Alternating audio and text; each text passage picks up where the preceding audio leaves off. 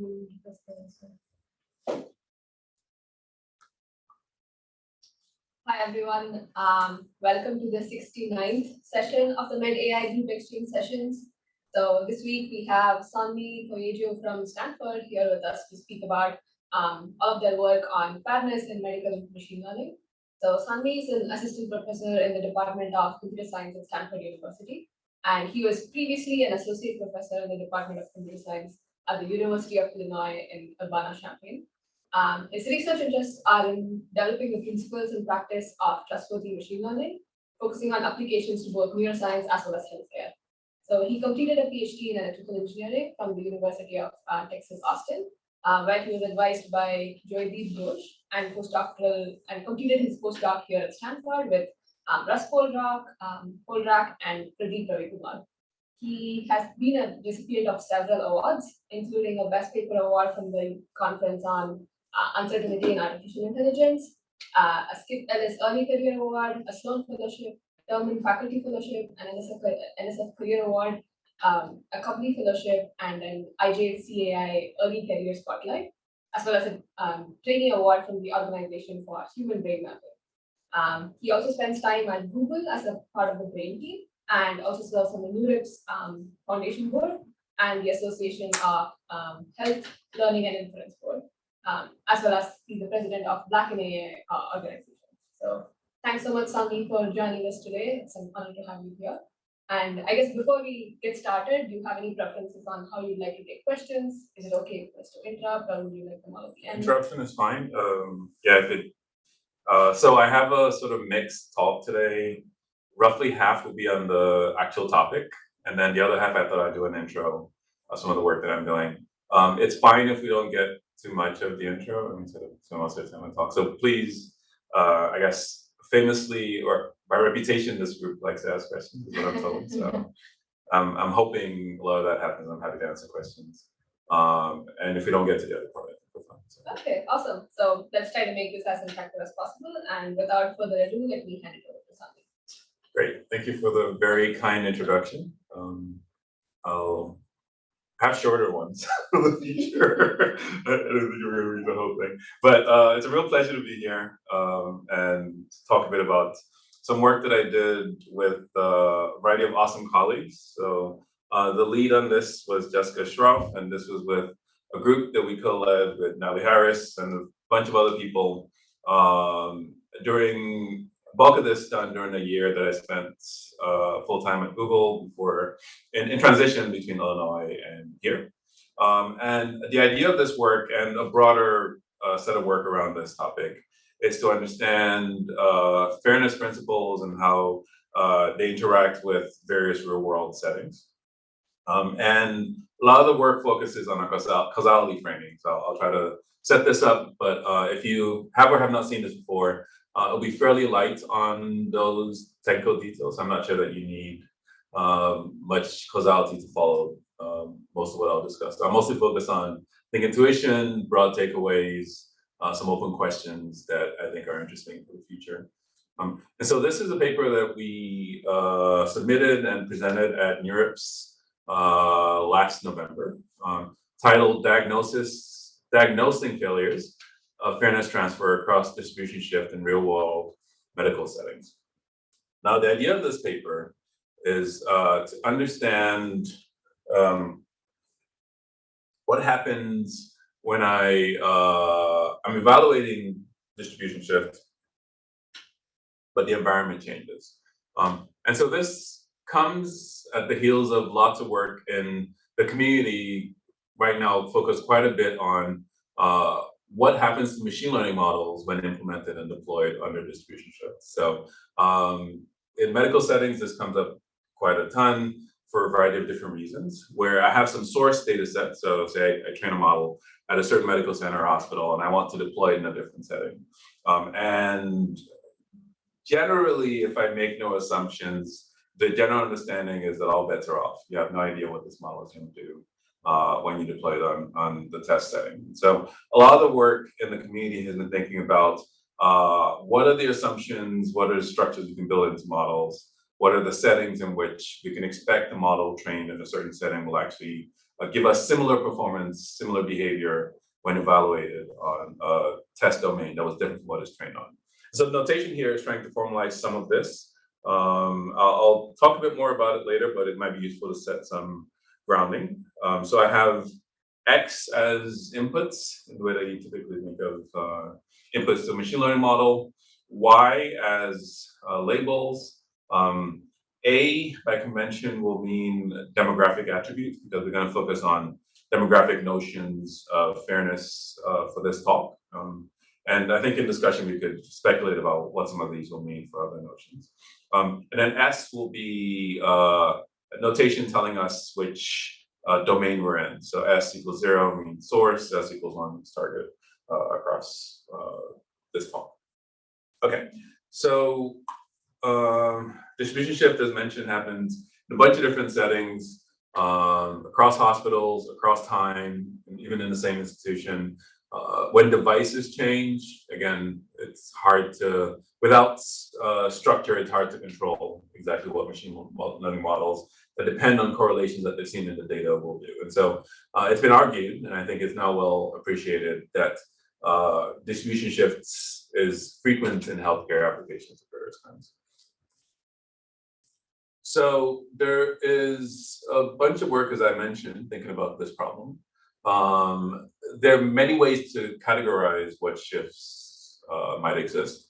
The kinds of shifts that one might expect in data include things like demographic shift. This is where you have a certain demographic in your source data set, and say various aspects of demographics, say age, biological sex, race, other things might change between the source and the target. And again, if models are depending on correlations in the source, it's unclear what happens in the target.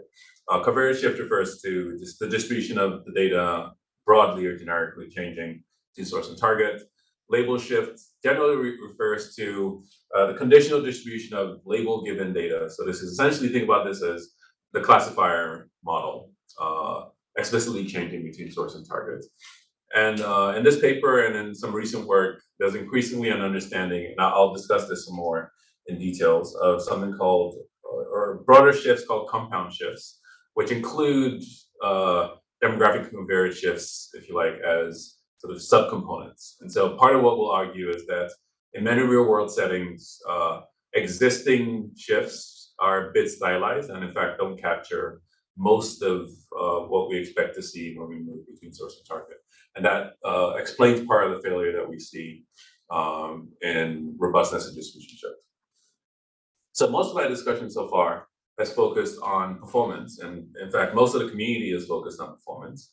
And it was not clear before our work, though one might intuit this to be true, but I think it's one of those things where it's one has to show whether this is actually true. It was not clear whether other aspects of model behavior also have this issue of robustness to distribution shift. So as mentioned, it was very well known that performance would be sensitive to distribution shift, but was unclear. And in this paper, we ask, what about fairness measures? Are they also sensitive to distribution shift? And maybe why is that sensitivity and what can be done? So just a bit of setup, if you haven't seen this before, but possibly you have. I like to explain things through the lens of classification because I think it's the simplest setting. So I'll attempt to do that here. Though in the discussion, we'll also have a graphical model description as well. So if you prefer that way of defining things. So in machine learning problems, we like to measure classification performance using some standard statistics. And those statistics broadly capture the kinds of mistakes that the model makes. So if I deploy some model, you might have seen this figure on the right before, I can evaluate, this cartoon figure is trying to illustrate predictions that the model makes that are correct. So these are, if the predictions are positive, these are called true positives. Predictions the model makes that are incorrect, it's predictions negative, these are called true negatives. And then incorrect predictions, so errors that the model can make of different kinds, false positives and false negatives. Many of you might be familiar with this, both from, say, prediction problems, but also from testing and a variety of other settings where these kind of things come up. And so one can think of many ways that we measure classification performance in terms of some statistic that's computed based on these overall performance measures. And so what's useful about this, again, I just briefly showed that many metrics can be thought of as functions of these statistics.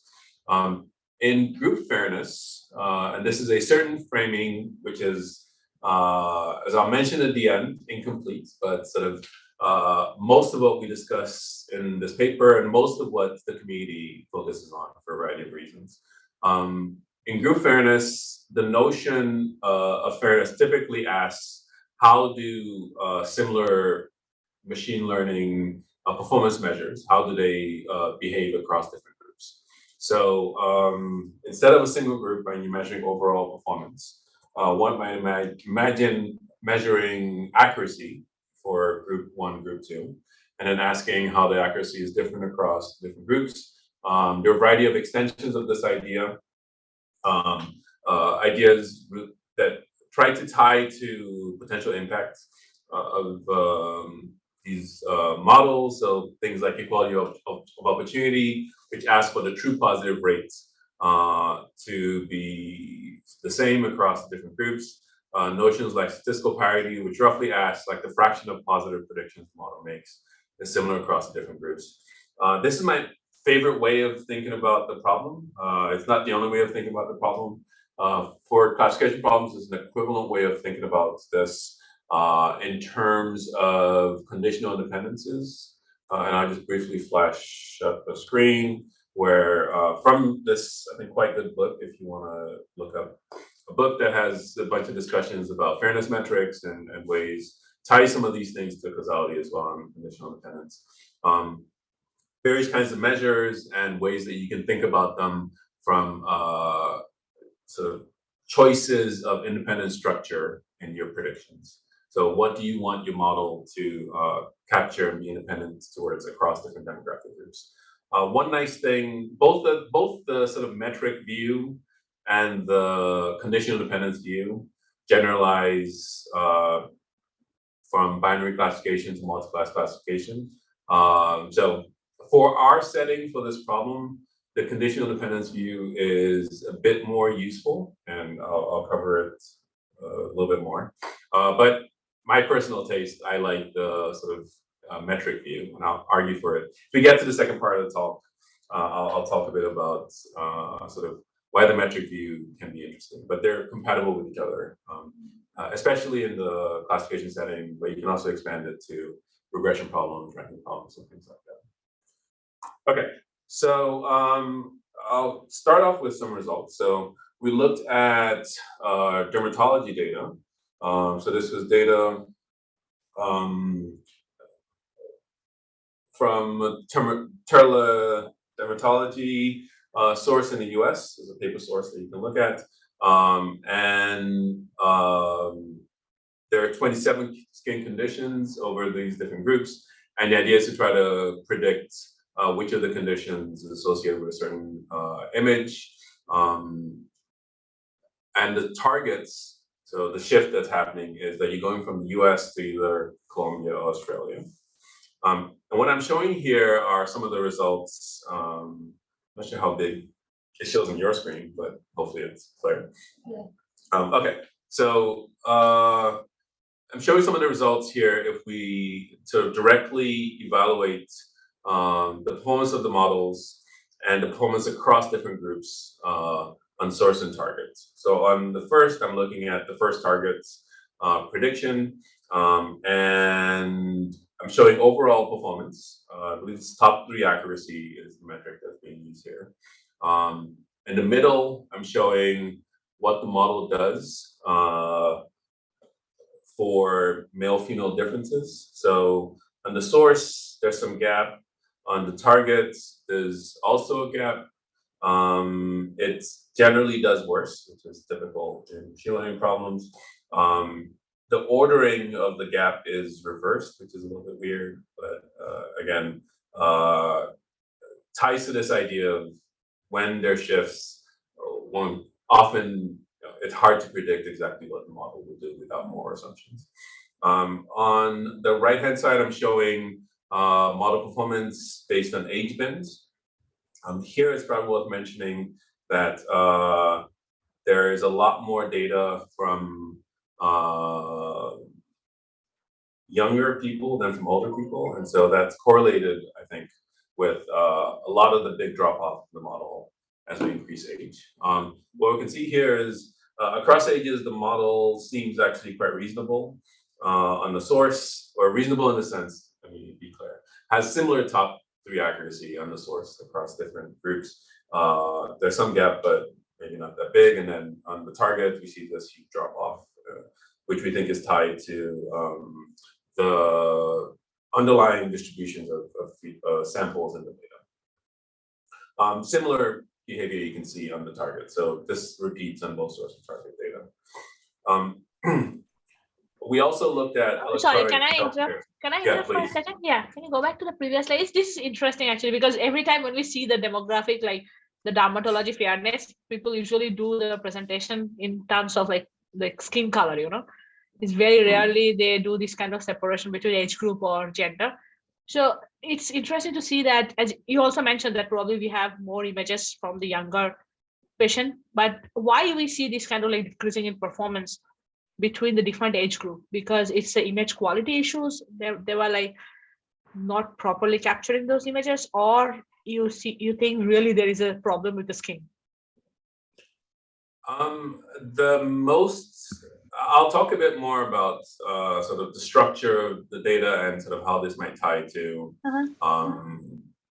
transfer issues. It won't be a satisfying answer though. It'll be sort of here's a causal graph. We know that it's something complex. It's hard to pull out the details. For this data specifically, I think data prevalence is sufficient, just as a likely strong explanation for this result. So just the fact that we just have many fewer samples. Similar, by the way, to what you discussed, what you mentioned about what happens across different racial categories. So a lot of the issues that happen there, I think are the first order likely culprit is that we are undersampling some of these categories. And so it's likely something like this is happening here as well. But you don't think that there is an issue with like image quality or something because older people has like, because these are telemedicine images mostly. You know what, that's a good point. It's not super obvious in the data as we saw it. But that's something I hadn't considered in that way. I think that's an interesting observation. So it's possible that I think what I'm interpreting from your question is that there is an age correlation in how you use cameras. Cameras, yeah. Particularly in telemedicine, so right? I would imagine. Right. Yeah. That's a, I think, interesting hypothesis as well. And in fact, as you know, there's work from a variety of people thinking about improving sort of camera capture. So that maybe that might be actually interesting. If that is part of the source of this difference, actually, that might be quite interesting.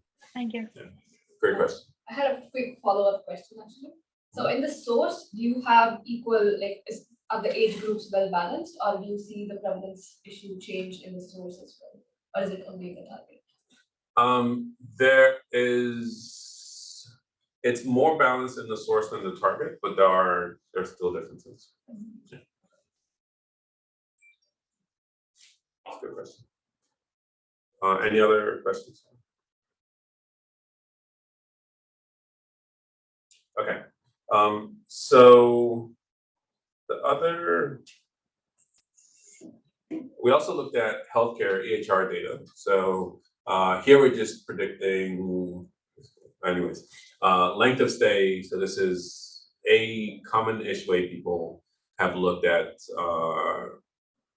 potential useful EHR or EMR applications.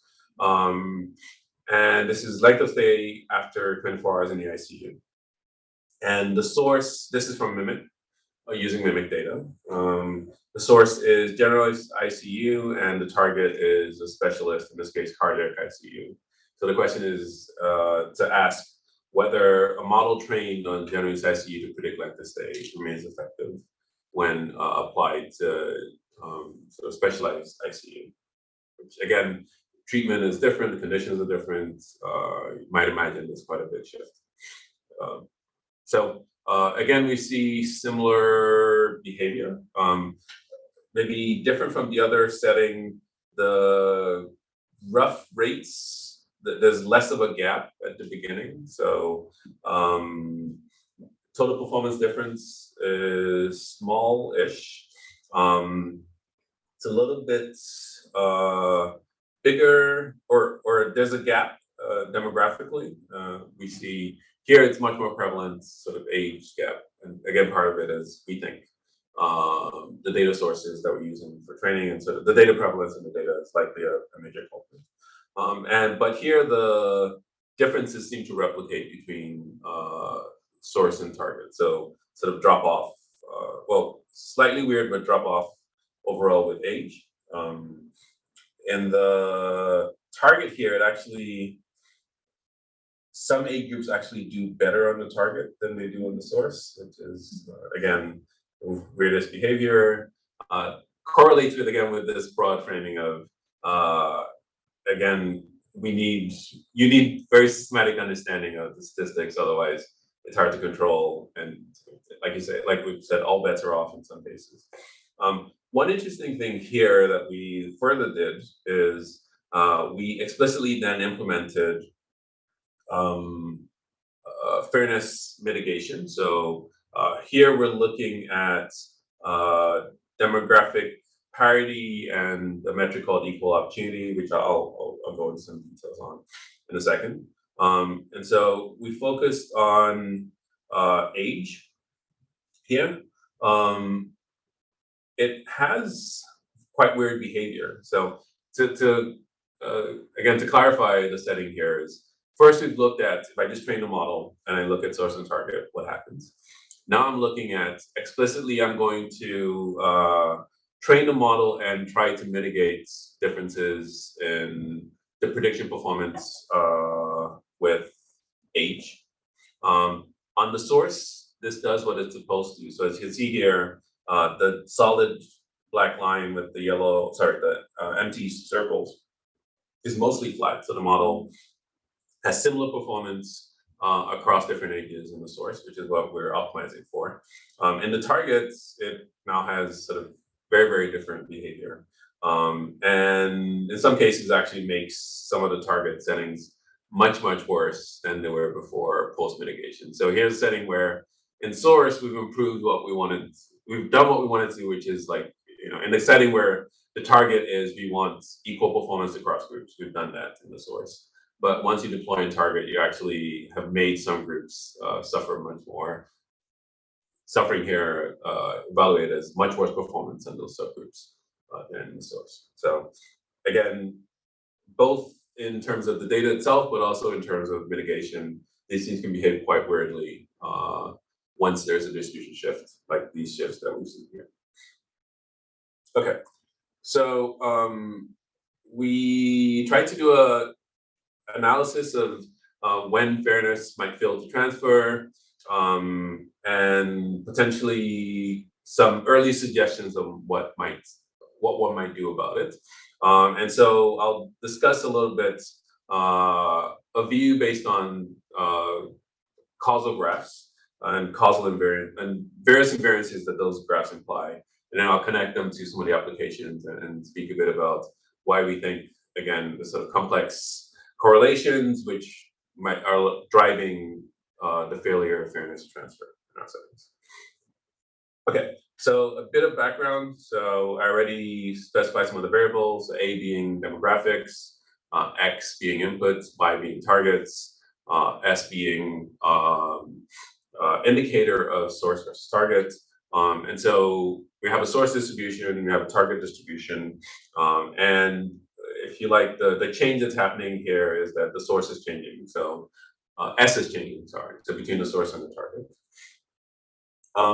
One of the ways that you could try to get models that transfer better is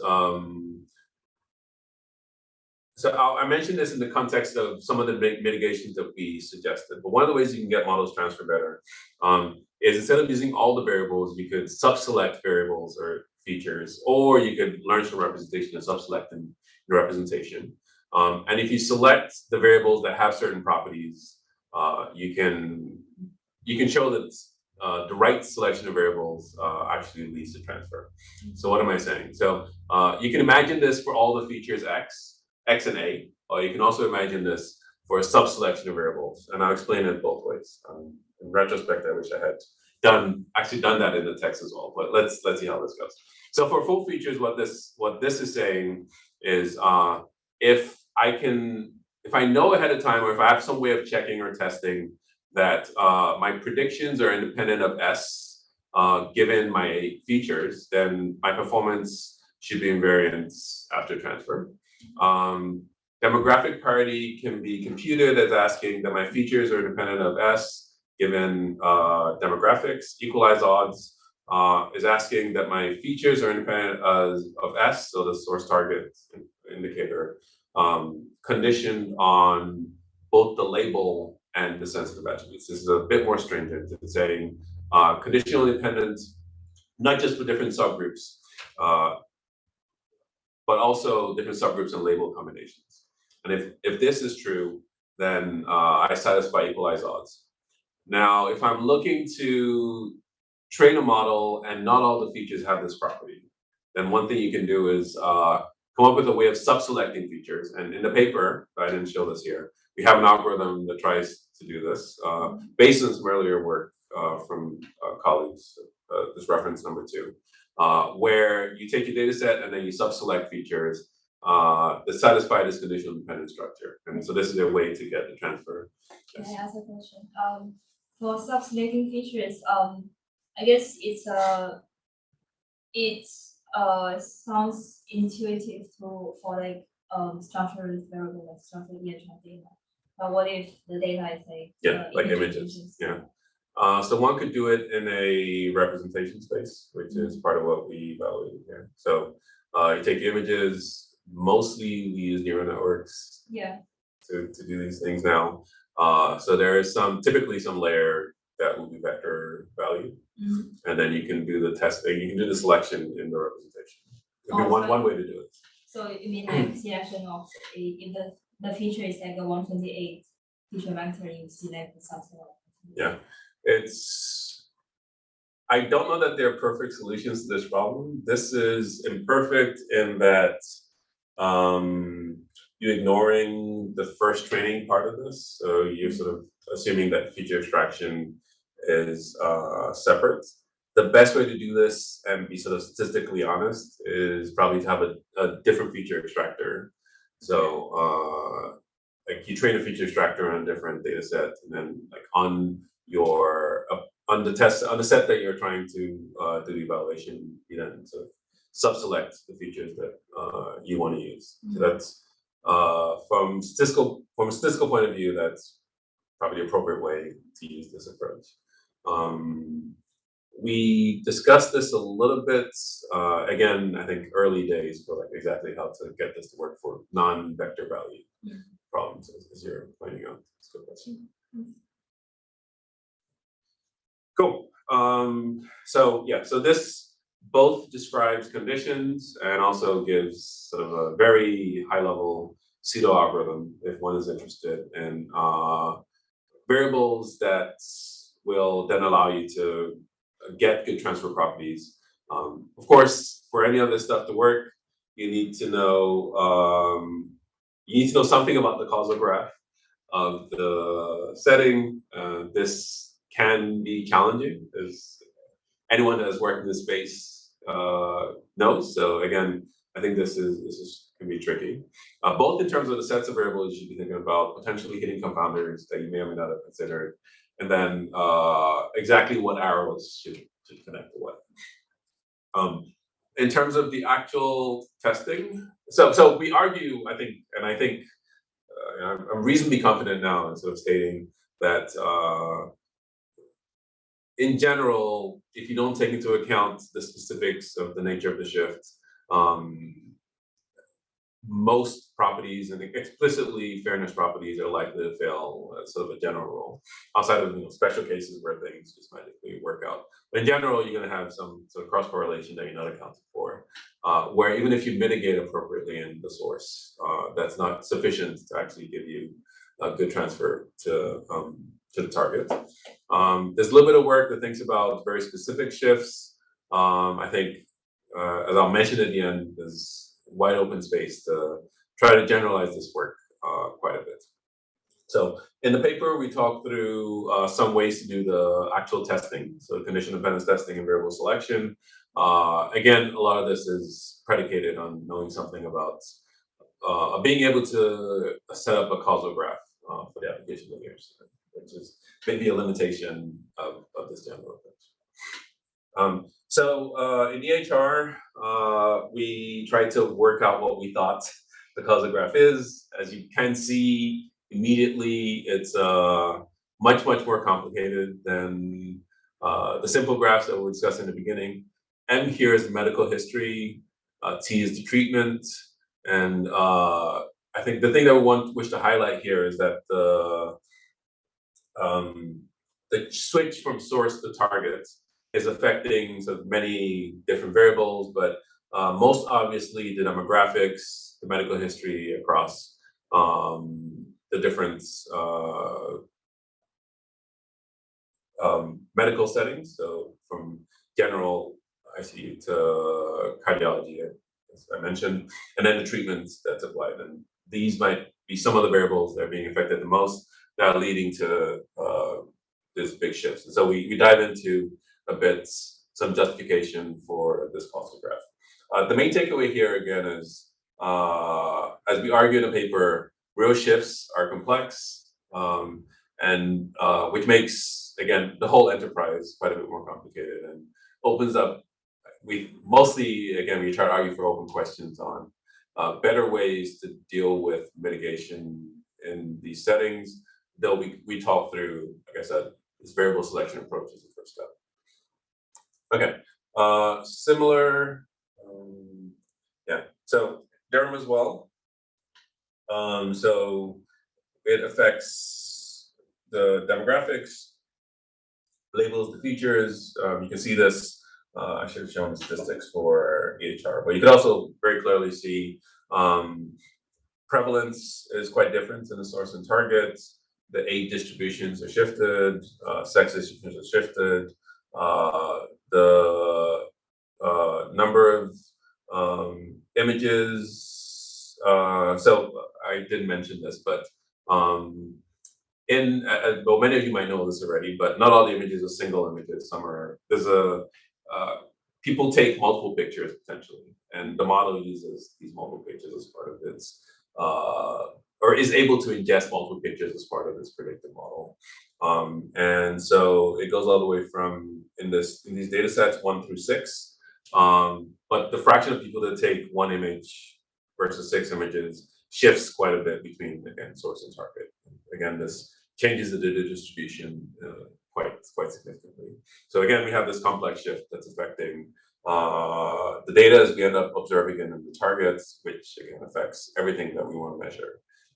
Arguing here beyond just performance, but also properties like, in this case, group fairness. Okay, so I've covered most of what I wanted to cover from the paper. I'll invite you to take a look if you want to see more of the technical details. I'll discuss briefly some limitations. So again, we have a narrow-ish set of definitions for fairness, mostly around group fairness, constructions, which themselves are narrow, and only a couple of the definitions that we come up with. This is narrow compared to what you may actually want in building a system to solve a real problem. And so there are broader equity goals that can be much more complicated. As mentioned, the whole enterprise depends quite strongly on some knowledge of the causal structure, so what's affecting what in the underlying graph. And this can be tricky in many settings, but we think we're getting better and more used to doing this in many settings. But I think, again, this is a technical limitation for applying some of these methods. The structure, or let me say this better, the effect of a shift depends on the measure that you're looking to make the same across groups. So in this framework, we looked at group fairness. We looked at equal opportunity and demographic parity. Those, the fact that demographic parity doesn't generalize to target doesn't mean that equal opportunity will or will not. So again, all these things have different sufficient conditions or requirements to actually generalize. And so they're roughly correlated. So usually when one thing fails, others fail, but they're distinct. So it is possible for one of the measures to fail, another measures not to. I think what this means for real deployments is the actual measure that you pick matters. Again, it's not a catch-all. You have to sort of think about what notion is relevant to your setting, find that one, and then sort of focus. Well, in most settings, the most pragmatic route might be to focus on how that measure, if you're going to use a measure, how that measure behaves in different environments and what shifts happen for that measure. Because again, in general, one measure generalizing doesn't imply the others are also generalizing. One other caveat of our specific approach, both the analysis and some of the sort of selection mitigation, is that it relies a bit on data available on both, well, it relies on data available, both labels, features, demographics. So this is sometimes tricky depending on the setting. For a variety of reasons, demographic information may not be available. Maybe less so in most medical healthcare applications, probably not. In some consumer health applications, that can happen. And broader settings where we try to think about fairness and distribution shifts definitely happens. And so this is a limitation of this particular approach. There are other approaches that people have come up with that may be less reliant. And if we have time, I might talk about some of our work, work from other places that partially target some of these questions. Okay, I think that's all I was gonna, so quick conclusion. Yes. Yes. Go ahead. I had a question. So basically, you spoke about the limitations of this work. Can these limitations be solved using the federated learning?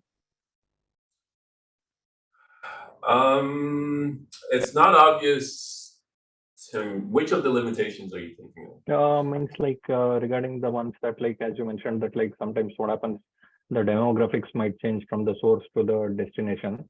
So over there, like if you have kind of like a federated learning of like training the model in one hospital and maybe having different layers in that, means the like the output layers saying kind of like an encrypted and giving it to the different hospital. Can this work out, like solve the limitations of these ones, these you have mentioned here? So I find that a valuable direction forward. In the paper, we talk about both federated learning and meta learning as potential ways forward. Yeah. The way that these work, though, is that you're not doing blind transfer. So you're not training a model in one place and just like, dropping it on the second place, which is often what we would like to do abstractly. Like we'd like to just take a model, train it once, and be done. Federated learning and meta learning approaches require that you have information from the target as well. So it generally does some kind of joint training on both the source and targets. So it really isn't a blind transfer setting anymore. And so short answer for these specific issues, there are ways to avoid them if I do meta learning or federated learning. Roughly, the idea here is that I can just in the most naive setting, I can just explicitly ask that the sort of conditions that I have in the source are also true in the target during my training process. So if I want sort of the predictions to be equal across groups, I can just make that true. in the training process for both source and target. And so then I'm just fighting the sort of standard training test generalization issue. I'm no longer fighting a distribution shift issue across locations. Now, as I argued at the beginning, there are distribution issues across time. So this doesn't solve that problem unless, again, you're willing to do some kind of retraining. So if the settings where it makes sense to retrain, or have something about the target setting information for refining the model, then I think some of these issues are less bad. But it's worth highlighting because, again, often we like to hope that we can do blind transfer of these models. So take them from source, throw them in different applications, and they'll hopefully just work. And the argument here is not only does performance often break, but again, other properties, in this case, fairness, as measured by group fairness, will often break as well. Yeah, no, thank you. Great question.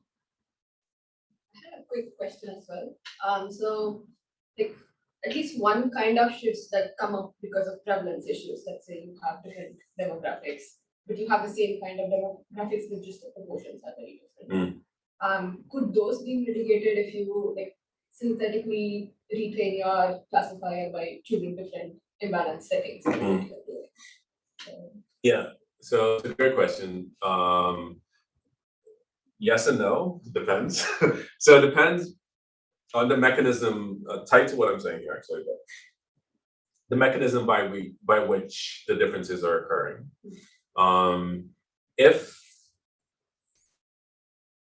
So I guess there are two ways that this interacts. So one is the actual data mechanism, and two, what your classifier or what your predictor picks up on. If the differences are only due to prevalence, meaning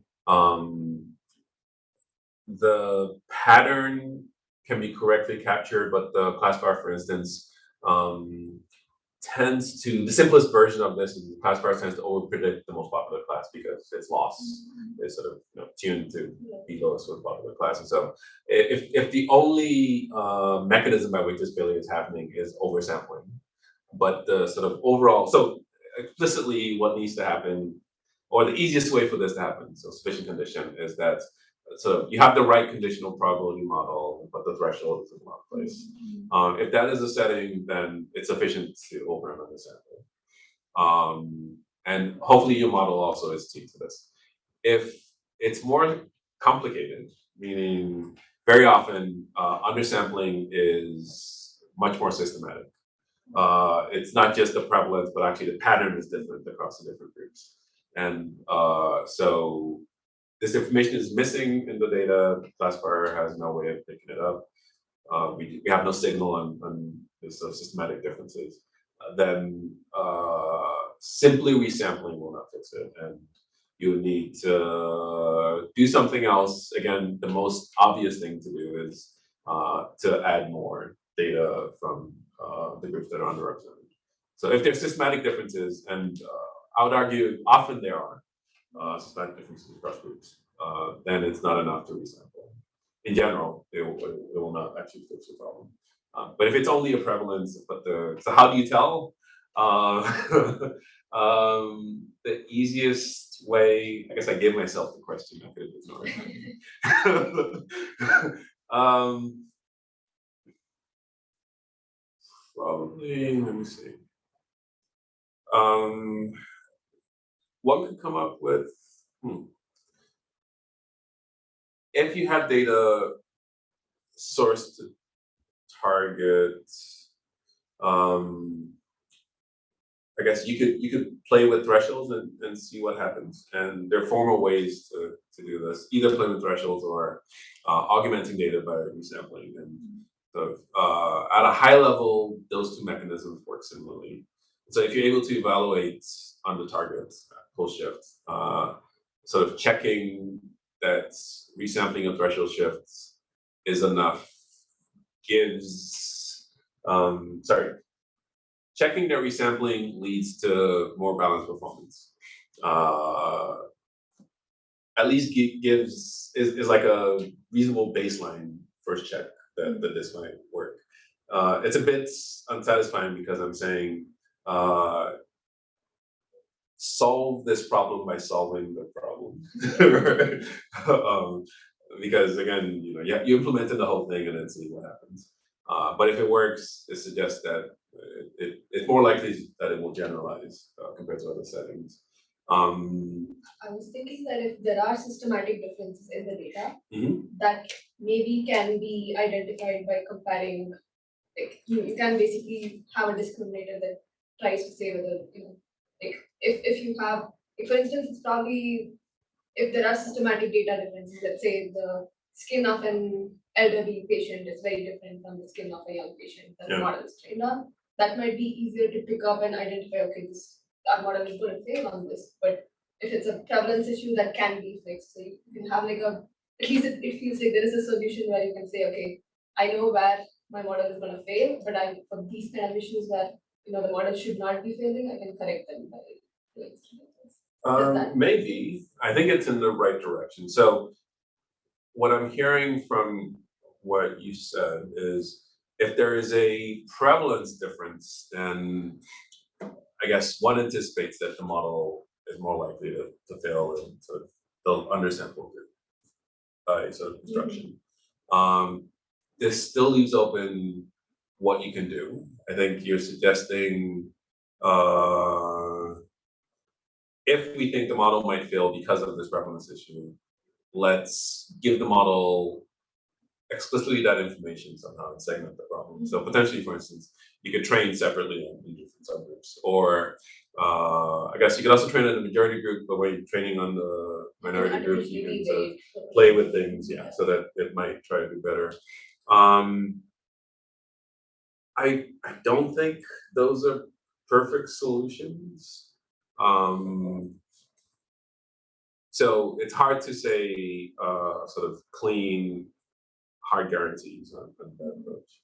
I think it is a step in the right direction, and I like steps in the right direction. Not everyone does, but I think it's reasonable. As at least in this case, I suspect that it's a pragmatic way to move forward compared to not doing anything.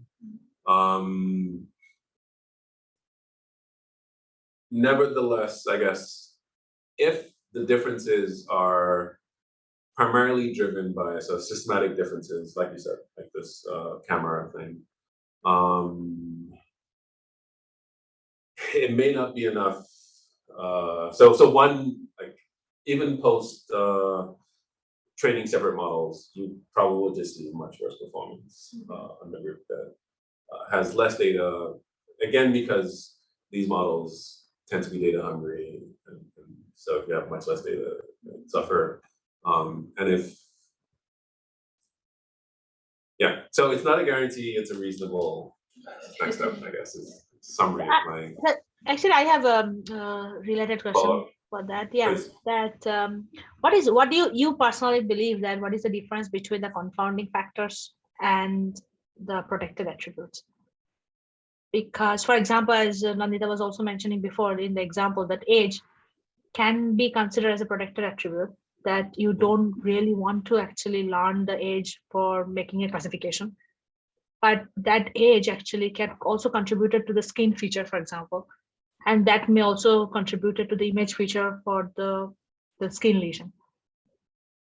So that can be a contributing factor too for the classification, right? Yes, this is true. So let me dive a bit deeper in what I think you said. So let's take age as an example, where, as you said, age can both be a confound because it's leading to sort of systematic differences in the distribution, potentially. But also we want to get the model, in our setting, in this simple view of group fairness, we want the model to behave similarly across different ages. And but you I think I heard you say, actually on the background, you want the model to learn those age presented feature, because those may be important for making any kind of classification decision. Because, for example, like skin cancer, it's very different. So getting the model, so the two ideas are distinct. Getting the model to not depend on age at all, and getting the model to sort of make similar predictions for different ages are not the same problem, actually. Right. In general, you need age information to actually get models to explicitly behave similarly across different ages. There's a bunch of work now. This is not exactly what you're saying, but I think it's broadly related. But in the world of fairness, it's now sort of well understood that you can't, there's no way, even though, say legally, this is, again, not exactly what you're saying, but I think related. But legally, we like to think of maybe ignoring certain sensitive attributes as a way to get fairness to work. It's now well known that sort of you can actually do that, like because these sensitive attributes are sort of correlated with a bunch of other attributes in the data. Again, the systematic difference, and so you need sort of explicit knowledge in general to actually, if your goal is equal performance across groups, you actually need that knowledge explicitly. So yeah, age, in this setting, age plays both roles. If your goal is to get similar performance across different age groups, then you would need that information explicitly somewhere in the process. Right. I don't know if that's your question. I lost the thread a little bit. No. I think it's kind of like difficult even to address without knowing actually the use case or particular application that you are thinking of. But yeah, I think that's fair. It's better to ground it in. Right. And another question which is not related to this one, that since you are particularly working on the causality, have you think of any kind of like interpretability techniques also on top of that? So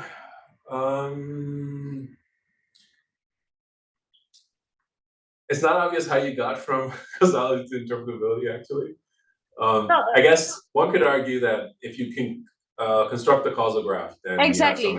Then you already have some interpretability, right? Like I was thinking, like, have you ever explored that kind of like interpretability also in addition to the fairness, you know? Yeah, this wasn't an explicit goal in this work. The way that we typically work in these settings, so I guess one can check the interpretability that you're seeking here often with the causal graph is much less, usually not what variables are important or what variables are in the model per se, but sort of what affects what. Right. Which is an important aspect of interpretability. Right. The way we particularly for fairness, right? Like I was thinking particularly for fairness, it's a very important thing. Like it's not actually like what features are important or what features are corrupted, but what affects what, right? That's a fascinating interpretation, no pun intended, of thinking about sort of causality. I've thought about it mostly in a sort of very direct model behavior view. But I think you're right. Like if you're able to, so like I was saying earlier, the way we do this is like we test conditional dependencies, and this sort of tells us connections to variables. One could argue, and I think reasonably so, that this is a kind of interpretability because it's telling you what variable arrows matter in shifts. I buy it. I think that's a good take. Cool. Okay. I have 4 minutes, so I will not go into. Thanks again. You've lived up to your reputation of engaging. So thank you, everyone, for lots of great questions. I won't go into a ton of my work. It's great people that contributed to this work across Google and DeepMind. I'll just mention sort of a high level of the kinds of work that I do, and maybe invite offline conversations if any of this sounds cool or interesting to you. So more broadly, beyond some of the topics discussed today, I think about ways to improve the trustworthiness of machine learning systems and robustness of various kinds of failure. I think of fairness as a kind of failure mode because, again, the model is behaving in ways that we would not like. So systematically treating different groups or individuals differently. But also questions like robustness. So robustness can be in a sense of distribution shifts. So some of the work I've talked today is making some of these connections, but more broadly also robustness in potentially even adversarial settings. So when you're building systems and potentially attackers could be trying to break part of your system. So all the way from benign distribution shift kind of robustness to adversarial robustness. And I like to ask questions both independently in how we build models to satisfy these properties, but also how all these properties connect to each other, and what role, if any, humans play in this loop of understanding connections between different ways of trying to build trustworthy ML systems. And I think about the problem in this way because many of the ways that we want models to be trustworthy are inherently socio-technical. So what I mean is, it's not clear that they're fully definable using these technical tools. Often we need also the human aspect of sort of what properties people actually want in the models. And so to this end, my work thinks about things like ways to try to evaluate or elicit preferences from humans and use those preferences to define better performance goals, better fairness measures that better align with human preferences in various applications. Increasingly think about how this looks like for robustness and privacy and how all these things trade off in real applications. So I'll invite you, if you're around or just want to follow up, feel free to send me a ping, I guess somewhere at the end of this. Again, great that we didn't go through all this stuff. Okay. I was going to show my email at the end there, but then I overshot it. But my email is sammy@cs.stanford. Feel free to ping if you'd like to follow up on any of these topics seem interesting to you. Yeah, awesome. So I think that was a really great discussion and about an important topic of fairness, but in general, making models more trustworthy. So I guess before we end the session, let's thank Sanmi with a round of applause. Thank you. Yeah, and if you have more questions, you can always reach out to us. We'd be happy to provide Sanmi's email in case you missed this. Otherwise, feel free to reach out to him as well. And we will decide if we are putting this up on YouTube later. Yeah. Thank you so much for organizing and all the work here. Appreciate it. And thanks for the audience. Thanks for the great questions and all the engagement. Thanks, everyone. See you next week. Thanks, everyone, for joining us.